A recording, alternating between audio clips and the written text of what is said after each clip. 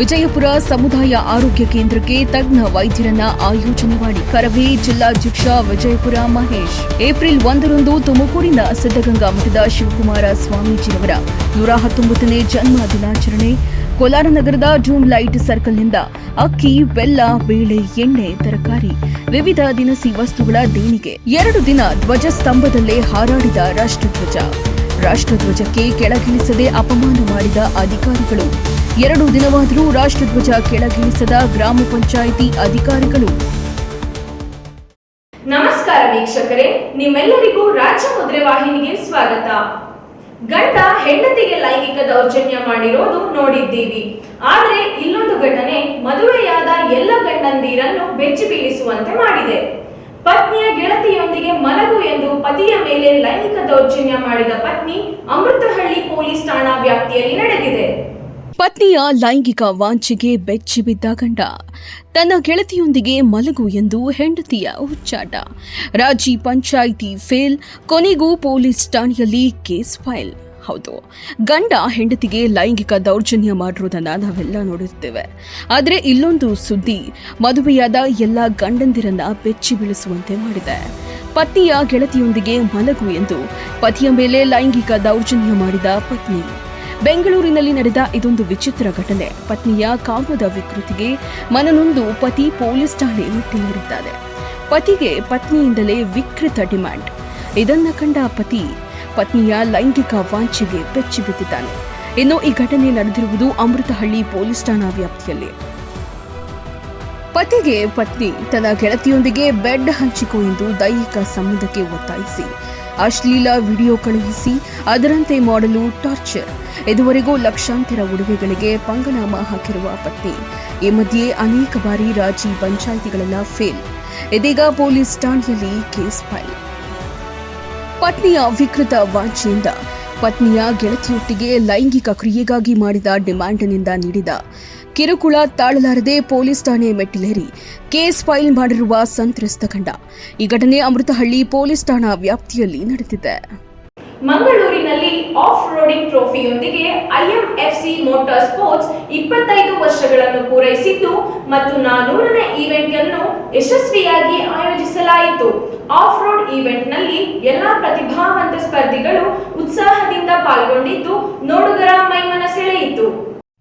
ಮಂಗಳೂರಿನಲ್ಲಿ off roading ಟ್ರೋಫಿಯೊಂದಿಗೆ IMFC motor sports 25 ವರ್ಷಗಳನ್ನು ಪೂರೈಸಿದ್ದು ಮತ್ತು 400ನೇ ಈವೆಂಟ್ ಅನ್ನು ಯಶಸ್ವಿಯಾಗಿ ಆಯೋಜಿಸಲಾಯಿತು. ಅಂತಿಮ ಆಫ್ ರೋಡ್ ಅಡ್ರಿನಾಲಿನ್ ರಶ್ಗೆ ಎಲ್ಲ ಪ್ರತಿಭಾವಂತ ಸ್ಪರ್ಧಿಗಳು ಉತ್ಸಾಹದಿಂದ ಪಾಲ್ಗೊಂಡಿದ್ದು ನೋಡುಗರ ನೆರೆದಿದ್ದವರ ಮೈಮನ ಸೆಳೆಯಿತು. Motor sports Mangaluru IMFC off roading trophy 2026 Oddur farms ಗಂಜಿಮಠದ ವಿಶಿಷ್ಟ ಹಿನ್ನೆಲೆಯಲ್ಲಿ ಹೊಂದಿಸಲಾದ ಐ ಆಕ್ಟೇನ್ 2 ದಿನಗಳ ಸ್ಪರ್ಧೆಯಾಗಿದ್ದು ಇದು ಕೇವಲ ಯಾವುದೇ ಇವೆಂಟ್ ಅಲ್ಲ. ಇದು 25 ಅದ್ಭುತ ವರ್ಷಗಳ ಮೋಟಾರ್ ಸ್ಪೋರ್ಟ್ಸ್ ಉತ್ಸಾಹದ ಹೆಗ್ಗುರುತು ಆಚರಣೆಯಾಗಿತ್ತು. ಇದನ್ನ ಮೀರಿಸಲು 2026 ಟ್ರೋಫಿ ಸ್ಮಾರಕ 400ನೇ ಮೋಟಾರ್ ಸ್ಪೋರ್ಟ್ಸ್ ಈವೆಂಟ್ ಆಗಿತ್ತು. ಎಲ್ಲ ಚಾಲಕರು, ತಂಡಗಳು ಮತ್ತು ಅಭಿಮಾನಿಗಳ ಅಚಲ ಬೆಂಬಲಕ್ಕೆ ಇದು ಸಾಕ್ಷಿಯಾಗಿತ್ತು. ಇನ್ನು ಇದೇ ವೇಳೆ ಈ ಈವೆಂಟ್ ವೀಕ್ಷಿಸಲು ಸ್ಪೀಕರ್ ಯುಟಿ ಖಾದರ್ ಅವರು ಸಹ ಆಗಮಿಸಿದ್ದರು.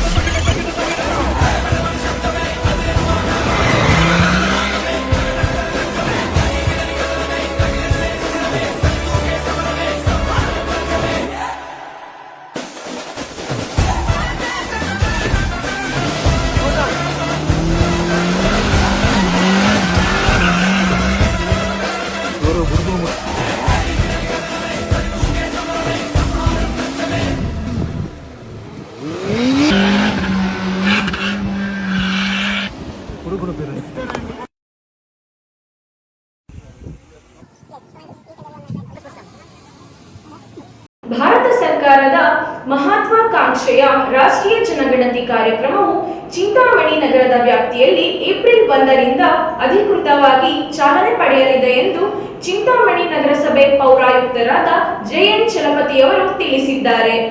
ಭಾರತ ಸರ್ಕಾರದ ಮಹತ್ವಾಕಾಂಕ್ಷೆಯ ರಾಷ್ಟ್ರೀಯ ಜನಗಣತಿ ಕಾರ್ಯಕ್ರಮವು ಚಿಂತಾಮಣಿ ನಗರದ ವ್ಯಾಪ್ತಿಯಲ್ಲಿ ಏಪ್ರಿಲ್ 1ರಿಂದ ಅಧಿಕೃತವಾಗಿ ಚಾಲನೆ ಪಡೆಯಲಿದೆ ಎಂದು ಚಿಂತಾಮಣಿ ನಗರಸಭೆ ಪೌರಾಯುಕ್ತರಾದ ಜೆಎನ್ ಚಲಪತಿ ತಿಳಿಸಿದ್ದಾರೆ.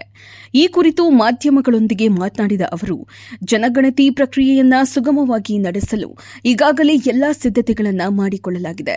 ಏಪ್ರಿಲ್ 1ರಿಂದ ಏಪ್ರಿಲ್ 15ರವರೆಗೆ ಸಾರ್ವಜನಿಕರು ಸ್ವಯಂ ಘೋಷಿತವಾಗಿ ಮಾಹಿತಿ ನೀಡಲು ಅವಕಾಶವಿದೆ. ಸಾರ್ವಜನಿಕರು ac.census.gov.in ಪೋರ್ಟಲ್ಗೆ ಲಾಗಿನ್ ಆಗಿ ತಮ್ಮ ಕುಟುಂಬದ ವಿವರಗಳನ್ನು ದಾಖಲಿಸಬಹುದು. ಏಪ್ರಿಲ್ 15ರ ನಂತರ ನುರಿತ ಬಿಎಲ್ಒ ಹಾಗೂ ಶಿಕ್ಷಕರು ಪ್ರತಿ ಮನೆಗೆ ಭೇಟಿ ನೀಡಿ ಮಾಹಿತಿಯನ್ನು ಸಂಗ್ರಹಿಸಲಿದ್ದಾರೆ. ನಗರದ ಪ್ರತಿ ಬ್ಲಾಕ್ಗೆ ಒಬ್ಬರಂತೆ ಒಟ್ಟು 140 ಬಿಎಲ್ಒಗಳನ್ನು ಈ ಕಾರ್ಯಕ್ಕೆ ನಿಯೋಜಿಸಲಾಗಿದೆ ಎಂದು ವಿವರಿಸಿದರು. ಜನಗಣತಿಯ ಸಂದರ್ಭದಲ್ಲಿ ಸಾರ್ವಜನಿಕರು ನೀಡುವ ಮಾಹಿತಿಯು ಅತ್ಯಂತ ಗೌಪ್ಯವಾಗಿರುತ್ತದೆ. ಈ ಮಾಹಿತಿಯನ್ನು ಯಾವುದೇ ತನಿಖಾ ಸಂಸ್ಥೆಗಳಿಗಾಗಲಿ ಅಥವಾ ಇತರೆ ಉದ್ದೇಶಗಳಿಗಾಗಲಿ ಬಳಸಲಾಗುವುದಿಲ್ಲ. ಇದು ಕೇವಲ ರಾಷ್ಟ್ರದ ಅಭಿವೃದ್ಧಿ ಮತ್ತು ಯೋಜನಾ ರೂಪಣೆಯ ಉದ್ದೇಶಕ್ಕಾಗಿ ಮಾತ್ರ ಬಳಸಲ್ಪಡುತ್ತದೆ ಎಂದು ಪೌರಾಯುಕ್ತರು ಸ್ಪಷ್ಟಪಡಿಸಿದ್ದು, ಇದು ರಾಷ್ಟ್ರೀಯ ಕಾರ್ಯಕ್ರಮವಾಗಿದ್ದು ಸಾರ್ವಜನಿಕರು ತಮ್ಮ ಮನೆಗೆ ಬರುವ ಅಧಿಕಾರಿಗಳಿಗೆ ನಿಖರವಾದ ಮಾಹಿತಿ ನೀಡಿ ಸಹಕರಿಸಬೇಕು. ಈಗಾಗಲೇ ಬಸ್ ನಿಲ್ದಾಣ ಮತ್ತು ನಗರದ ವಿವಿಧ ವಾರ್ಡ್ಗಳಲ್ಲಿ ಆಟೋ ಅನೌನ್ಸ್ಮೆಂಟ್ ಮೂಲಕ ಜಾಗೃತಿ ಮೂಡಿಸಲಾಗುತ್ತಿದೆ ಎಂದು ಹೇಳಿದ ಅವರು, ಆಸ್ತಿ ತೆರಿಗೆ ಪಾವತಿದಾರರಿಗೆ 5% ರಿಯಾಯಿತಿ. ಏಪ್ರಿಲ್ 1ರಿಂದ ನಗರದಾದ್ಯಂತ ಆಸ್ತಿ ತೆರಿಗೆ ಪಾವತಿಸುವ ನಾಗರಿಕರಿಗೆ 5% ರಿಯಾಯಿತಿ ಘೋಷಿಸಲಾಗಿದೆ ಎಂದು ತಿಳಿಸಿದರು. ಏಪ್ರಿಲ್ 1ನೇ ತಾರೀಕಿಂದ ಈ ಕಾರ್ಯಕ್ರಮ ಹಮ್ಮಿಕೊಂಡಿದ್ದೇವೆ. ಎಲ್ಲರೂ ಸಹ ಜನಗಣತಿಯಲ್ಲಿ ಭಾಗವಹಿಸಿ ಮಾಹಿತಿ ನೀಡಬೇಕಂತ ಎಲ್ಲರಲ್ಲ ನಾಗರಿಕರಲ್ಲಿ ನಾನು ಚಿಂತಾಮಣಿ ನಗರದ ನಾಗರಿಕರಲ್ಲಿ ಮನವಿ ಮಾಡ್ತೇನೆ. ಓಪನ್ ಮಾಡಿದ ತಕ್ಷಣ ಅಲ್ಲಿ ಕೇಳುತ್ತೆ ಎಷ್ಟು ಮನೆ ಇದಾವೆ, ಎಷ್ಟು ಜನ ಇದ್ದಾರೆ, ವಯಸ್ಸೆಷ್ಟು, ಅವರು ಕಂಪ್ಲೀಟ್ ಅದು ಡಾಟಾ ಬರುತ್ತೆ. ಇಷ್ಟೊಂದು ಪ್ರೋಗ್ರಾಮ್ ಮಾಡ್ತಾರೆ, ನಿಮ್ಗೆ ಅದು ಗೊತ್ತಾಗ್ತದೆ. ಆಗಲಿಲ್ಲ ಅನ್ನೋ ಪಕ್ಷದಲ್ಲಿ ನೆಕ್ಸ್ಟ್ ನಾವೇನು ಏಪ್ರಿಲ್ 15ನೇ ತಾರೀಕಿನ ನಂತರ ನಮ್ಮ BLOs ಮಾಹಿತಿ ರೆಡಿ ತರ್ತಾರೆ. ಅದ್ರ ಪ್ರಕಾರ ಕ್ವಶನ್ಸ್ ಇರ್ತವೆ, ಜಸ್ಟ್ ಆನ್ಸರ್ ಮಾಡೋದು. ಈ ಮಾಹಿತಿಯನ್ನು ಯಾವುದೇ ಕಾರಣಕ್ಕಾಗಲಿ ಯಾವುದೇ ಕಾರ್ಯಕ್ರಮಗಳಿಗೆ ಉಪಯೋಗಿಸೋದಿಲ್ಲ, ಯಾವುದೇ ಇನ್ವೆಸ್ಟಿಗೇಷನ್ ಏಜೆನ್ಸಿ ಕೊಡೋದಿಲ್ಲ, ಬೇರೆ ಯಾವುದಕ್ಕೂ ನಾವು ಇದನ್ನು ಉಪಯೋಗಿಸೋದಿಲ್ಲ. ಬರೀ ಜನಗಣತಿ ಪರ್ಪಸ್ ಮಾತ್ರ ಮಾಡ್ತೀವಿ. ಇದನ್ನು ಗೋಪ್ಯವಾಗಿ ಸಹ ಹೇಳ್ತೀವಿ, ಯಾರಿಗೂ ಸಹ ಶೇರ್ ಮಾಡೋಕ್ಕಾಗಲ್ಲ. ವೆಬ್ಸೈಟ್ ಯಾವ ಕಾರ್ಯಕ್ರಮ ನೀವು ac.census.gov.in ಅಂತ ಹೊಡೆದ್ರೆ ಓಪನ್ ಆಗುತ್ತೆ, ಎಲ್ಲ ಕಡೆ ಆಗುತ್ತೆ. 1ನೇ ತಾರೀಕಿಂದ ಬಿಡ್ತಾರೆ.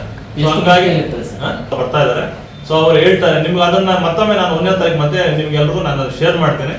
ನಮ್ಮ ಫ್ಲೆಕ್ಸ್ ಏನಿದೆ ಒಳಗಡೆ ಎಲ್ಲ ನಾವು ಅನೌನ್ಸ್ಮೆಂಟ್ ಮಾಡ್ತಾ ಇದೀವಿ. ಎಲ್ಲ ಕಡೆನೂ ಇವಾಗಲೇ ಗೌರ್ಮೆಂಟ್ ಬಸ್ ಸ್ಟ್ಯಾಂಡ್ ಅಲ್ಲಿ ಅನೌನ್ಸ್ ಮಾಡ್ಲಿಕ್ಕೆ ಮಾಡಿದೀವಿ. ಈಗಾಗಲೇ ಪ್ರತಿ ಒಂದು ನಗರ ವ್ಯಾಪ್ತಿಯಲ್ಲಿರುವ ಪ್ರತಿ ವಾರ್ಡ್ ಅಲ್ಲೂ ನಾವು ಆಟೋ ಅನೌನ್ಸ್ಮೆಂಟ್ ಮಾಡ್ತಾ ಇದೀವಿ.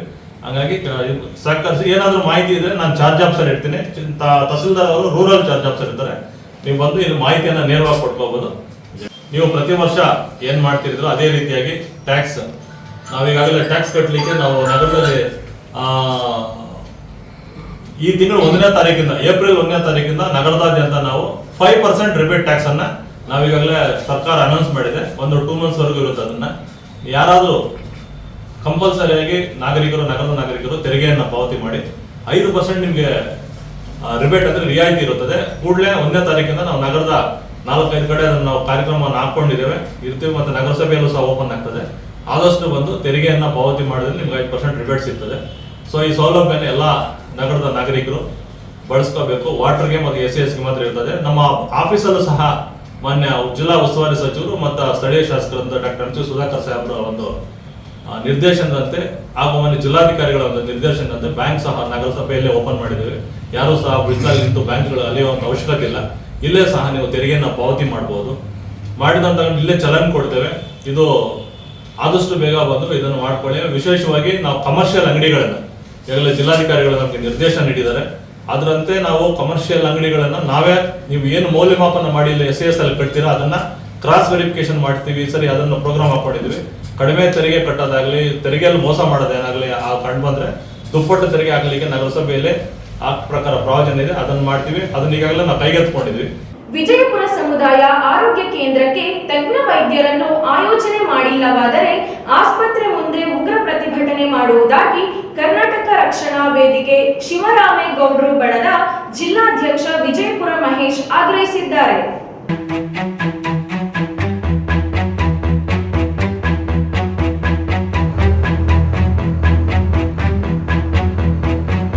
ವಿಜಯಪುರ ಪಟ್ಟಣದ ಸಮುದಾಯ ಆರೋಗ್ಯ ಕೇಂದ್ರದಲ್ಲಿ ತಜ್ಞ ವೈದ್ಯರ ಕೊರತೆ ಗಂಭೀರ ಸಮಸ್ಯೆಯಾಗಿ ಪರಿಣಮಿಸಿದೆ. ಕಳೆದ 20 ವರ್ಷಗಳಿಂದ ಈ ಆರೋಗ್ಯ ಕೇಂದ್ರದಲ್ಲಿ ಮಕ್ಕಳ ತಜ್ಞರು, ಸ್ತ್ರೀರೋಗ ತಜ್ಞರು ಹಾಗೂ ಅರವಳಿಕೆ ತಜ್ಞರನ್ನ ಕ್ರಮೇಣ ವರ್ಗಾವಣೆ ಮಾಡಲಾಗಿದ್ದು, ಇಂದಿನ ಪರಿಸ್ಥಿತಿಯಲ್ಲಿ ರೋಗಿಗಳಿಗೆ ಸೂಕ್ತ ಚಿಕಿತ್ಸೆ ಸಿಗದೆ ಪರದಾಡುವ ಸ್ಥಿತಿ ನಿರ್ಮಾಣವಾಗಿದೆ.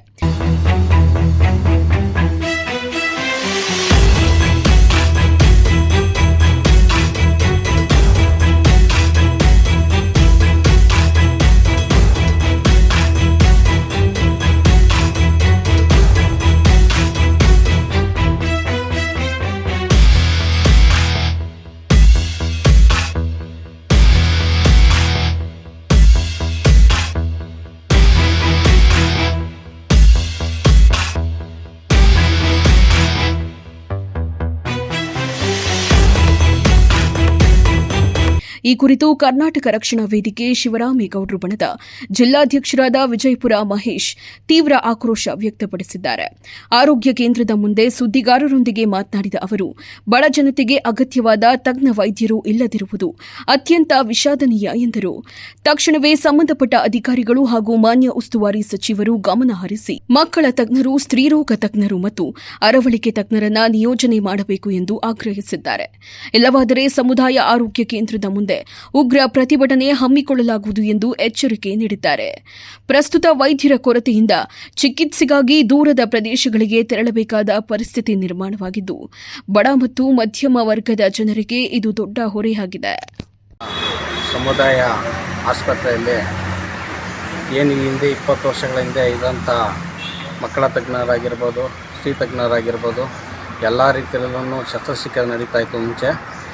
ಏನು ಈ ದಿನಗಳಲ್ಲಿ ಈಗ ಸಚಿವರಿದ್ದು ಕೂಡ ನಮ್ಮ ವಿಜಯಪುರ ಆಸ್ಪತ್ರೆಯಲ್ಲಿ ಯಾವುದೇ ರೀತಿ ಶಸ್ತ್ರಚಿಕಿತ್ಸೆ ಆಗಿರ್ಬೋದು, ವೈದ್ಯರ ಕೊರತೆ ಇದೆ ಇಲ್ಲಿ. ಯಾಕಂದರೆ 1 ತಿಂಗಳಾಗಿದೆ ವೈದ್ಯರು ಟ್ರಾನ್ಸ್ಫರ್ ಆಗಿ, ಮತ್ತೆ ಆ ಸ್ಥಾನಕ್ಕೆ ಯಾರೂ ಕೂಡ ನೇಮಿಸಿಲ್ಲ. ಸಂಬಂಧಪಟ್ಟ ಅಧಿಕಾರಿ THO ಆಗಿರ್ಬೋದು, DHO ಆಗಿರ್ಬೋದು, ಉಸ್ತುವಾರಿ ಸಚಿವರಾಗಿರ್ಬೋದು ಗಮನಕ್ಕೆ ಬಂದಿದ್ರು ಕೂಡ ಇಲ್ಲಿ ಯಾವುದೇ ರೀತಿಯಲ್ಲೂ ಕ್ರಮ ತಗೊತಾ ಇಲ್ಲ. ಇದೇ ರೀತಿ ಮುಂದುವರೆದಲ್ಲಿ ರಸ್ತೆ ತಡೆ ಮಾಡಿ ಉಗ್ರ ಹೋರಾಟವನ್ನು ಮಾಡಬೇಕಾಗ್ತದೆ. ಕರ್ನಾಟಕ ರಕ್ಷಣಾ ವೇದಿಕೆ ಶಿವರಾಮೇಗೌಡ ಬಣದಿಂದ ಜಿಲ್ಲಾಧ್ಯಕ್ಷರು ಬೆಂಗಳೂರು ಗ್ರಾಮಾಂತರ ಮಹೇಶ್ ಅಂತ ಮಾತಾಡ್ತಾರೆ. ಏಪ್ರಿಲ್ 1ರಂದು ತುಮಕೂರಿನ ಸಿದ್ಧಗಂಗಾ ಮಠದ ಶಿವಕುಮಾರ ಸ್ವಾಮೀಜಿಯವರ 119ನೇ ಜನ್ಮ ದಿನಾಚರಣೆ ಹಿನ್ನೆಲೆಯಲ್ಲಿ ಕೋಲಾರ ನಗರದ ಡೂಮ್ಲೈಟ್ ಸರ್ಕಲ್ನಿಂದ ಅಕ್ಕಿ, ಬೆಲ್ಲ, ಬೇಳೆ, ಎಣ್ಣೆ, ತರಕಾರಿ ಸೇರಿದಂತೆ 2 ಲಾರಿಗಳಲ್ಲಿ ವಿವಿಧ ದಿನಸಿ ವಸ್ತುಗಳನ್ನು ದೇಣಿಗೆಯಾಗಿ ಕಳುಹಿಸಿಕೊಟ್ಟಿದ್ದಾರೆ. ಏಪ್ರಿಲ್ 1ರಂದು ತುಮಕೂರಿನ ಸಿದ್ಧಗಂಗಾ ಮಠದ ಶಿವಕುಮಾರ ಸ್ವಾಮೀಜಿರವರ 119ನೇ ಜನ್ಮ ದಿನಾಚರಣೆ ಹಿನ್ನೆಲೆಯಲ್ಲಿ ಕೋಲಾರ ನಗರದ ಡೂಮ್ ಲೈಟ್ ಸರ್ಕಲ್ನಿಂದ ಅಕ್ಕಿ, ಬೆಲ್ಲ, ಬೇಳೆ, ಎಣ್ಣೆ, ತರಕಾರಿ ಸೇರಿದಂತೆ 2 ಲಾರಿಗಳಲ್ಲಿ ವಿವಿಧ ದಿನಸಿ ವಸ್ತುಗಳನ್ನು ದೇಣಿಗೆಯಾಗಿ ಕಳುಹಿಸಿಕೊಟ್ಟಿದ್ದಾರೆ. ಕಳೆದ 10 ವರ್ಷಗಳಿಂದಲೂ ನಿರಂತರವಾಗಿ ಕೋಲಾರ, ಕಳ್ಳಿಪುರ ಗ್ರಾಮ, ವೇಮಗಲ್, ನರಸಾಪುರ, ರಾಮಚಂದ್ರ ಗ್ರಾಮ ಸೇರಿದಂತೆ ಸುತ್ತಮುತ್ತಲಿನ ಹಲವು ಗ್ರಾಮಗಳಿಂದ ದಿನಸಿ ವಸ್ತುಗಳು ಮತ್ತು ತರಕಾರಿಗಳನ್ನು ಸಂಗ್ರಹಿಸಿ ಕಳುಹಿಸಿಕೊಡುತ್ತಿದ್ದಾರೆ. ಇನ್ನು ಕೋಲಾರದಿಂದ ತುಮಕೂರಿನ ಮಠಕ್ಕೆ ತೆರಳಲು ವಾಹನ ವ್ಯವಸ್ಥೆಯನ್ನ ಮಾಜಿ ನಗರಸಭೆ ಸದಸ್ಯ ಪ್ರಸಾದ್ ಬಾಬು ಮತ್ತು ಕಳ್ಳಿಪುರ ನಾಗರಾಜ್ ಮಾಡಿದ್ದಾರೆ. ಈ ವೇಳೆ ಡೂಮ್ ಲೈಟ್ ಸರ್ಕಲ್ ಸಿಆರ್ ಶೇಖರ್ ಮಾತನಾಡಿ, ತುಮಕೂರಿನ ಸಿದ್ಧಗಂಗಾ ಮಠವು ಪ್ರಸಿದ್ಧ ತ್ರಿವಿಧ ದಾಸೋಹ ಕೇಂದ್ರವಾಗಿದ್ದು, ಇಲ್ಲಿ ನಿತ್ಯ ಸಾವಿರಾರು ವಿದ್ಯಾರ್ಥಿಗಳಿಗೆ ಮತ್ತು ಭಕ್ತರಿಗೆ ಅನ್ನದಾನ ನಡೆಯುತ್ತದೆ. ಹಾಗಾಗಿ ಸಿದ್ಧಗಂಗಾ ಮಠದ ಶಿವಕುಮಾರ ಶ್ರೀಗಳ 119ನೇ ಹುಟ್ಟುಹಬ್ಬದ ಪ್ರಯುಕ್ತವಾಗಿ ಮಠದ ದಾಸೋಹಕ್ಕೆ ಅಕ್ಕಿ, ಬೇಳೆ, ಎಣ್ಣೆ, ತರಕಾರಿ ಸೇರಿದಂತೆ 2 ಲಾರಿಗಳಲ್ಲಿ ವಿವಿಧ ದಿನಸಿ ವಸ್ತುಗಳು ಮತ್ತು ತರಕಾರಿಗಳನ್ನು ದೇಣಿಗೆಯಾಗಿ ಕೊಡುತ್ತಿರುವುದಾಗಿ ತಿಳಿಸಿದರು. ಮುಂದೆಯೂ ಶಿವಕುಮಾರ ಶ್ರೀಗಳ ಜನ್ಮದಿನದ ಪ್ರಯುಕ್ತ ನಿರಂತರವಾಗಿ ದಿನಸಿ ವಸ್ತುಗಳು ಮತ್ತು ತರಕಾರಿಗಳನ್ನು ನೀಡುವುದಾಗಿ ಭರವಸೆಯನ್ನ ನೀಡಿದರು. ಈ ಸಂದರ್ಭದಲ್ಲಿ Kallipura Nataraj, Amarnath, police Basavaraj, Renukayya, doom light circle CR Shekhar, Annihalli Nagaraj, ನಗರಸಭಾ ಸದಸ್ಯ ರಾಕೇಶ್, ವಕ್ಕಲೇರಿ ರಾಜಪ್ಪ, ವೆಂಕಟೇಶ್, ಶ್ರೀನಿವಾಸ್, ಶ್ರೀರಾಮ್ ಕಾಫಿ ವರ್ಕ್ಸ್ ಪವನ್, ಅನಿಲ್ ಸೇರಿದಂತೆ ಮಠದ ಎಲ್ಲ ಭಕ್ತಾದಿಗಳು ಮತ್ತು ದಾನಿಗಳು ಮಠಕ್ಕೆ ದಾನ ಮಾಡಿದ್ದಾರೆ.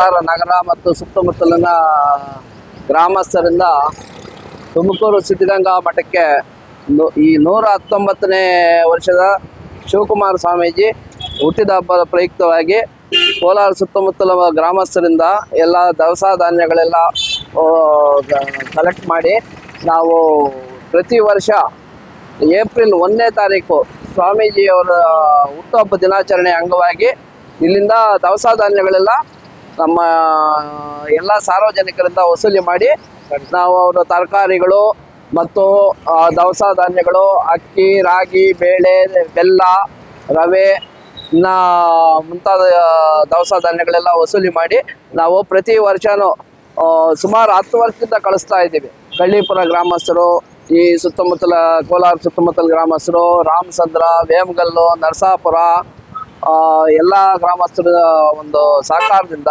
ಸುಮಾರು 10 ವರ್ಷದಿಂದ ನಾವು ಈ ಕೆಲಸ ಮಾಡ್ಕೊಂಡು ಬರ್ತಾ ಇದ್ದೀವಿ. ಇನ್ನೂ ಹೆಚ್ಚಿನ ರೀತಿಯಲ್ಲಿ ಜನಗಳು ಎಲ್ಲ ಸಹಾಯ ಮಾಡಿ ಇನ್ನೂ ಮಠಕ್ಕೆ ಅನುಕೂಲ ಆಗಬೇಕು, ಮಠದಲ್ಲಿರೋರಿಗೆ ಅನುಕೂಲ ಆಗಬೇಕು. ಇದು ತ್ರಿವಿಧ ದಾಸೋಹಿ ಅಂತ ಹೇಳಿ ದಾಸೋಹ ಅಂತ ಹೇಳಿ ಅಲ್ಲಿ ಊಟಕ್ಕೆ ಮತ್ತು ಎಜುಕೇಷನ್ನು ಮತ್ತು ಬಟ್ಟೆ ಯಾವುದೇ ತರಹ ಜಾತಿ ಭೇದ ಭಾವ ಇಲ್ಲ. ಅಲ್ಲಿ ಎಲ್ಲ ಥರ ಜನಕ್ಕೂ ಅಲ್ಲಿ ಊಟನೂ ನಡೀತದೆ, ಇದು ನಡೀತದೆ, ಏನು ಎಜುಕೇಷನ್ನು ಮತ್ತು ಬಟ್ಟೆಗೂ ಏನು ತೊಂದರೆ ಇಲ್ಲ. ಪ್ರತಿಯೊಬ್ಬರೂ ಅಲ್ಲಿ ಜಾತಿ ಮತ ಭೇದ ಭಾವ ಇಲ್ಲ. ಸುಮಾರು 2 ಲೋಡು ಈ ಕೋಲಾರದಿಂದ ಇವತ್ತು 2 ಲೋಡ್ ತರಕಾರಿ, ದವಸ ಧಾನ್ಯ ಎಲ್ಲ 2 ಲೋಡ್ ಇಲ್ಲಿಂದ ಹೋಗ್ತಾ ಇದ್ವಿ. ಇನ್ನೊಂದು ಊರಲ್ಲಿ ರಾಷ್ಟ್ರಧ್ವಜಕ್ಕೆ ಗೌರವವೇ ಇಲ್ಲದಂತೆ ಮಾಡಿಬಿಟ್ಟಿದ್ದಾರೆ ಅಧಿಕಾರಿಗಳು. ನಿರಂತರ 2 ದಿನಗಳ ಕಾಲ ಧ್ವಜಸ್ತಂಭದಲ್ಲೇ ಹಾರಾಡುತ್ತಿದ್ದ ರಾಷ್ಟ್ರಧ್ವಜ. ಇದನ್ನು ಗಮನಿಸಿದ ಸಾರ್ವಜನಿಕರು ಮಾಹಿತಿ ನೀಡಿದ ಮೇಲೆ ಕೆಳಗೆ ಇಳಿಸಲು ಸೂಚನೆ. ಇಲ್ಲೊಂದು ಊರಲ್ಲಿ ರಾಷ್ಟ್ರಧ್ವಜಕ್ಕೆ ಗೌರವವೇ ಇಲ್ಲದಂತೆ ಮಾಡಿಬಿಟ್ಟಿದ್ದಾರೆ ಅಧಿಕಾರಿಗಳು. ನಿರಂತರ 2 ದಿನಗಳ ಕಾಲ ಧ್ವಜಸ್ತಂಭದಲ್ಲೇ ಹಾರಾಡುತ್ತಿದ್ದ ರಾಷ್ಟ್ರಧ್ವಜ. ಇದನ್ನ ಗಮನಿಸಿದ ಸಾರ್ವಜನಿಕರು ಮಾಹಿತಿ ನೀಡಿದ ಮೇಲೆ ಕೆಳಗೆ ಇಳಿಸಲು ಸೂಚನೆ. ಹೌದು, ತುಮಕೂರು ಜಿಲ್ಲೆಯ ಪಾವಗಡ ತಾಲೂಕಿನ ವೈಎನ್ ಹೊಸಕೋಟೆಯಲ್ಲಿ ಗ್ರಾಮ ಪಂಚಾಯಿತಿಯಲ್ಲಿ ಪಿಡಿಒ ಹಾಗೂ ಸಿಬ್ಬಂದಿಗಳ ಬೇಜವಾಬ್ದಾರಿತನದಿಂದ 2 ದಿನ ಧ್ವಜ ಸ್ತಂಭದಲ್ಲೇ ರಾಷ್ಟ್ರಧ್ವಜ ಹಾರಾಟ. ಸರ್ಕಾರ ಆದೇಶವನ್ನ ಗಾಳಿಗೆ ತೂರಿದ ಅಧಿಕಾರಿಗಳು ರಾಷ್ಟ್ರಧ್ವಜ ನಿಯಮ ಉಲ್ಲಂಘನೆ ಮಾಡಿದ್ದಾರೆ. ಅಧಿಕಾರಿಗಳ ನಡೆಗೆ ಸ್ಥಳೀಯರು ತೀವ್ರ ಆಕ್ರೋಶ ವ್ಯಕ್ತವಾಗಿದ್ದು, ರಾಷ್ಟ್ರಧ್ವಜ ಕೆಳಗಿಳಿಸದ್ದನ್ನ ಗಮನಿಸದ ಸಾರ್ವಜನಿಕರು ಕೂಡಲೇ ಇಒಗೆ ಮಾಹಿತಿಯನ್ನ ನೀಡಿದ್ದಾರೆ. ಕೂಡಲೇ ರಾಷ್ಟ್ರಧ್ವಜ ಕೆಳಗಿಳಿಸುವಂತೆ ಅಧಿಕಾರಿಗಳಿಗೆ ಸೂಚನೆ ನೀಡಿದ ಇಒ ಮಧುಸೂದನ್.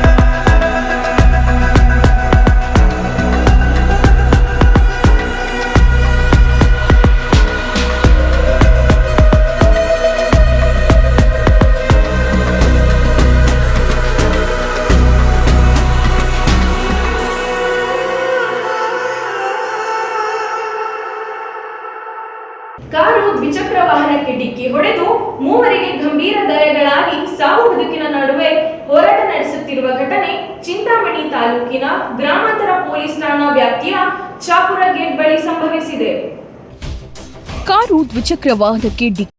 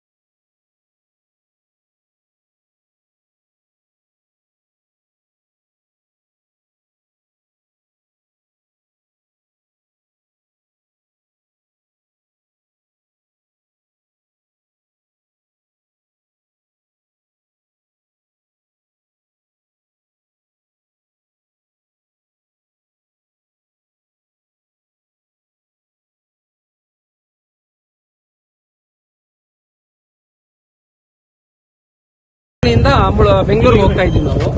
ಹೋಗ್ತಾ ಇರ್ಬೇಕಾದ್ರೆ ಹುಡುಗರು ಆ ಕಡೆ ಇದ್ದವರು 3 ಜನ ತ್ರಿಬಲ್ ಡ್ರೈವ್ ಗಾಡಿಯಲ್ಲಿ ಬಂದ್ರು. ಆ 3 ಜನ ಏನ್ ಮಾಡಿದ್ರು, ಸಡನ್ ಆಗಿ ನಾವು ಮಾಮೂಲಿ ಒಂದು 80ರಿಂದ 100 ಒಳಗಡೆ ಸ್ಪೀಡಲ್ಲಿ ಇದ್ವಿ. ಸಡನ್ ಆಗಿ ಆ ಕಡೆಯಿಂದ ಈ ಕಡೆ ತಿರುವು ತಗೊಂಡಿದ ತಕ್ಷಣ ನಾವು ಕಂಟ್ರೋಲ್ ಮಾಡಕ್ಕಾಗ್ಲಿಲ್ಲ. ಆದ್ರೂ ನಮ್ಗೆ ತರ್ಚ್ಕೊಂಡೋಗಿ ನಾವು ಆ ಕಡೆ ಬಿದ್ದೋದ್ವಿ.